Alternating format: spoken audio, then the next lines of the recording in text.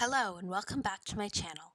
Today we're going to be looking at the first book in the Dear America series, A Journey to the New World, The Diary of Remember Patience Whipple from the Mayflower, 1620. My name is Catherine Janine. I am a YouTuber and a photographer, and I have always had an intense interest of history, and I wanted to share one of my favorite series with YouTube. So this is the first book in the Dear America book series. The Dear America book series looks at periods of time throughout American history and is typically from the perspective of a girl between 11 and about 16 during various stages of America's development. And it inspired several spin-off series, including Dear Canada and Royal Diaries. I will also be looking at the Dear Canada books in this series, and I am going through the books in historical order, starting obviously with A Journey to the New World, which is the Mayflower Diary, and we'll be doing one book series, or one book in the series each month until the series is done. There are about 70 books in the series. So this particular book, like I said, is the first book in the Dear America book series. It was originally published in September 1996 and received a republish in 2010.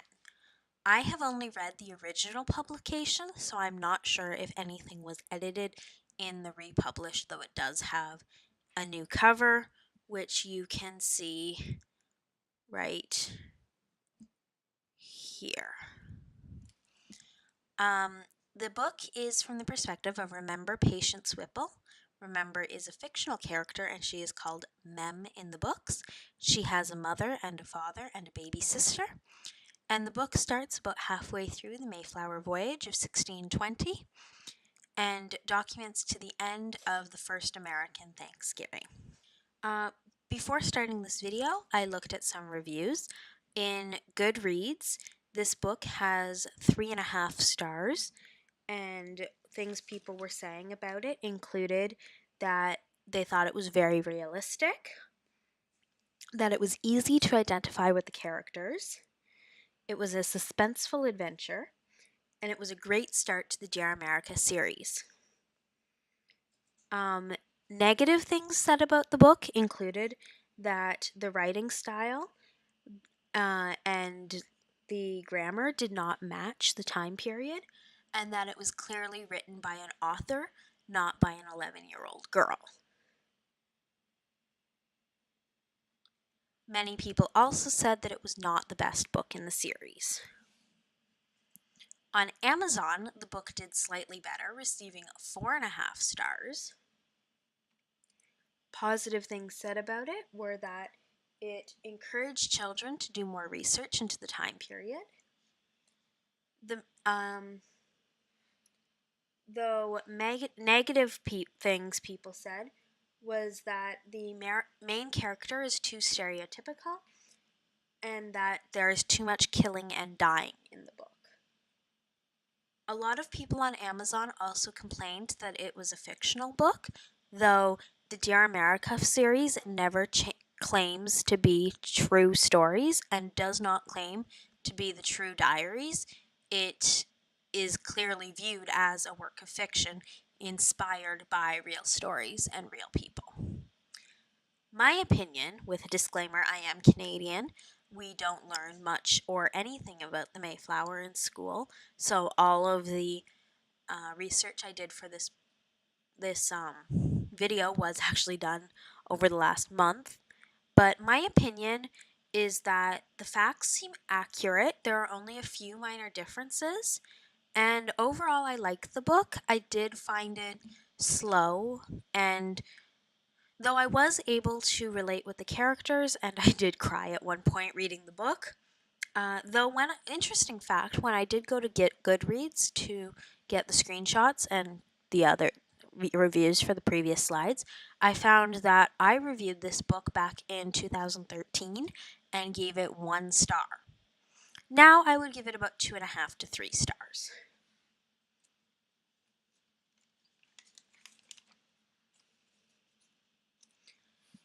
Also, in my research, I found that they made a TV show of this book. What? Um, I've linked it in the description, but I will warn that it is very, very 90s. The quality of the video of it I found is a very bad quality. Very stereotypical 90s acting. Um, and I only made it through about 5 minutes of the show because it was just so painful to watch. I did link it below if you want to see for yourself, but yeah, I don't. I think I would just enjoy the book. So I did do some historical research for this video, which I wanted to touch on because I love history and I wanted to talk about the historical stuff. So, uh, the people to come to America on the Mayflower voyage were saints, well, a group of people known as the saints, a group of people referred to as strangers, and together they are referred to as pilgrims. So, about half of the passengers on the Mayflower were saints, or which are separatists from the Church of England. In England in the 1600s, it was illegal to not be part of the Church of England, and these people did not believe in the Church of England. So the congregation of the saints from Scrooby, Nottinghamshire, England, led by William Brewster and William Bradford, fled to Leiden, the Dutch Netherlands, now referred to as Holland, and because there they could practice their religion freely without prosecution. Although they had religious freedom in Holland, this they they had to work very difficult jobs that did not pay well, and their children, the older children, started marrying Dutch people and joining the Dutch military, becoming Dutch sailors, and their parents began worrying that they were losing their English culture. In the book, this is discussed because Remember talks about her little sister saying thank you to her mother, which is Dutch for thank you, and her mother being worried that her daughters were going to marry Dutch boys. So, after careful thought, the congregation of separatists decided to leave Holland to start a farming community in Virginia. At the time, Virginia stretched from Jamestown to the southern mouth of the Hudson River, and they planned to settle near what is now present day New York City. They planned to be an English colony governed by English rule, but with the freedom to worship on their own. The Separatists, however, did not have enough money to establish a village in the New World, so they enlisted the help of a financial investment group. The company of investors provided passage, clothing, equipment, and tools, and the congregation purchased their own small ship called the Speedwell. The investors gathered a small group of English colonists who wished to go to the new land and rented the ship the Mayflower. The Speedwell and the Mayflower planned to travel together, however, the Speedwell leaked and was abandoned. 102 passengers departed on the Mayflower from Plymouth, England on September 6th, 1620. Because the Speedwell leaked and had to be left behind, many of the passengers who originally intended to come had to be left behind in England.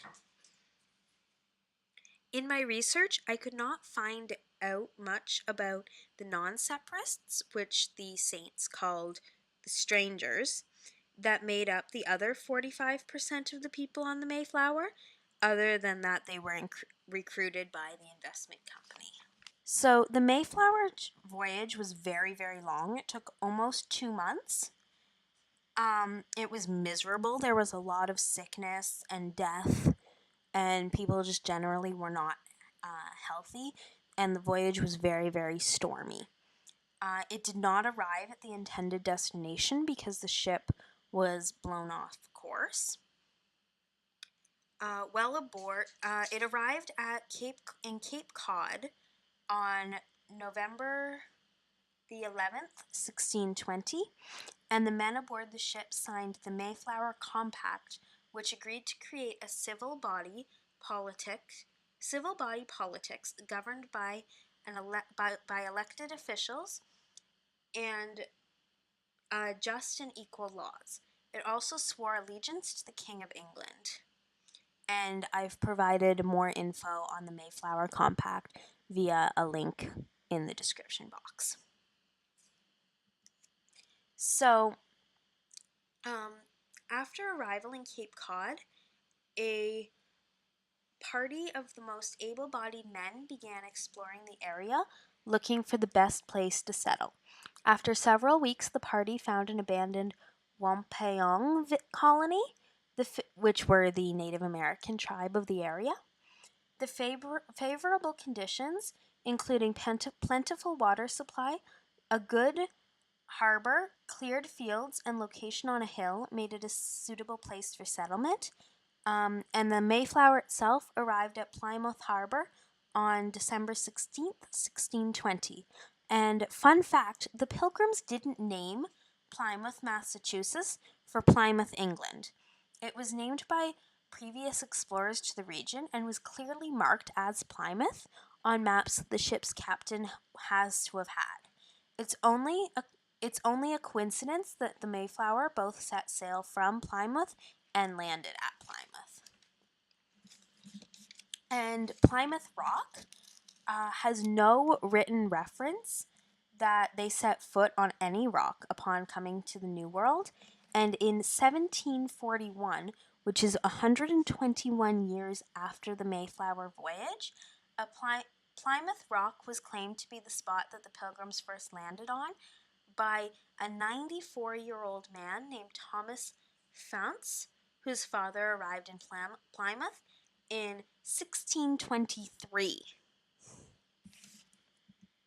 So the first winter was very, very hard. It was a typical New England winter. Many passengers stayed aboard the Mayflower while buildings were being built on land. They were being ferried back and forth daily.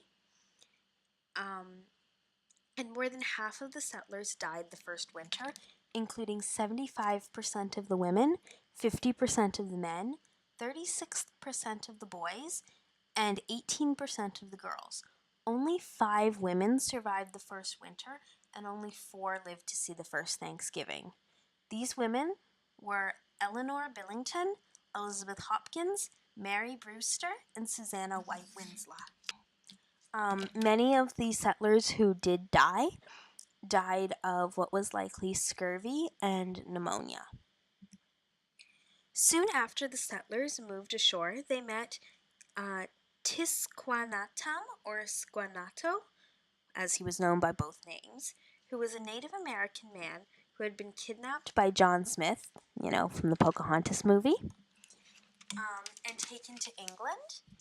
He acted as an interpreter and mediator between Plymouth's leaders and the local Native Americans, including Chief Massachusetts of the Pokanoket tribe.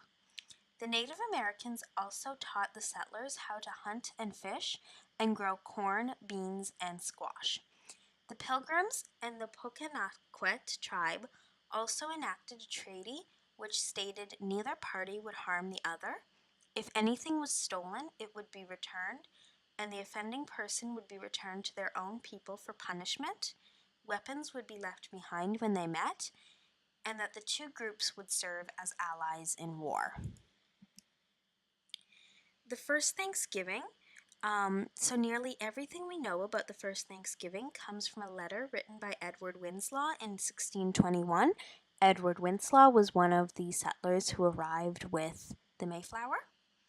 It took place over 3 days, sometime between September and November of 1621, and it was considered a harvest celebration between the native people and the Pilgrim settlers. The Pilgrims who attended. There were about 50 of them, including 22 men, 4 women, 25 children, and 25 children and teenagers. It was also a celebration that they had survived their first year in New England, and the Pilgrim settlers were likely outnumbered 2 to 1 to the Native American guests.